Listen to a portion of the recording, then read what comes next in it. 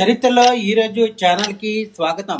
భారతదేశ క్రికెట్ చరిత్రలో 2012వ సంవత్సరం ఒక గొప్ప మైలురాయి. ఆ సంవత్సరంలో భారత్ క్రికెట్ దిగ్గజం సచిన్ టెండూల్కర్ తన 100వ అంతర్జాతీయ శతకం సాధించి ప్రపంచ క్రికెట్లో ఒక అద్భుతమైన రికార్డును సృష్టించారు. 2012 మార్చి 16వ తేదీన బంగ్లాదేశ్లోని ఢాకా నగరంలో జరిగిన ఆసియా కప్ మ్యాచ్లో భారత్ మరియు బంగ్లాదేశ్ జట్లు తలపడ్డాయి.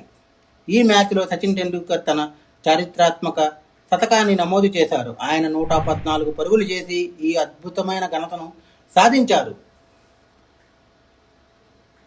అప్పటికే సచిన్ టెస్టుల్లో మరియు వన్డేల్లో అనేక శతకాలు సాధించినప్పటికీ 100వ అంతర్జాతీయ శతకం కోసం అభిమానులు ఎంతో కాలం ఎదురు చూశారు. దాదాపు ఒక సంవత్సరం పాటు ఈ ఘనత కోసం ఎదురు చూసిన తరువాత చివరకు ఢాకా మైదానంలో ఇది సాకారమైంది.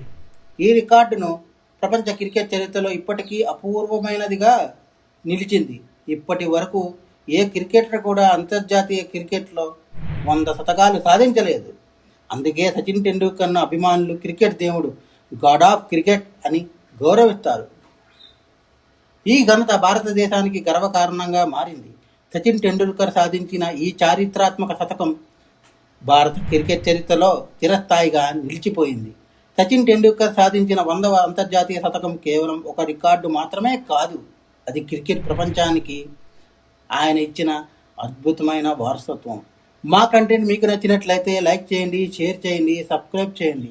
మా ఛానల్ యొక్క నోటిఫికేషన్ మీ వరకు అందాలంటే కింద కనబడుతున్న బెల్ ఐకాన్ని ట్యాప్ చేయండి. Thank you.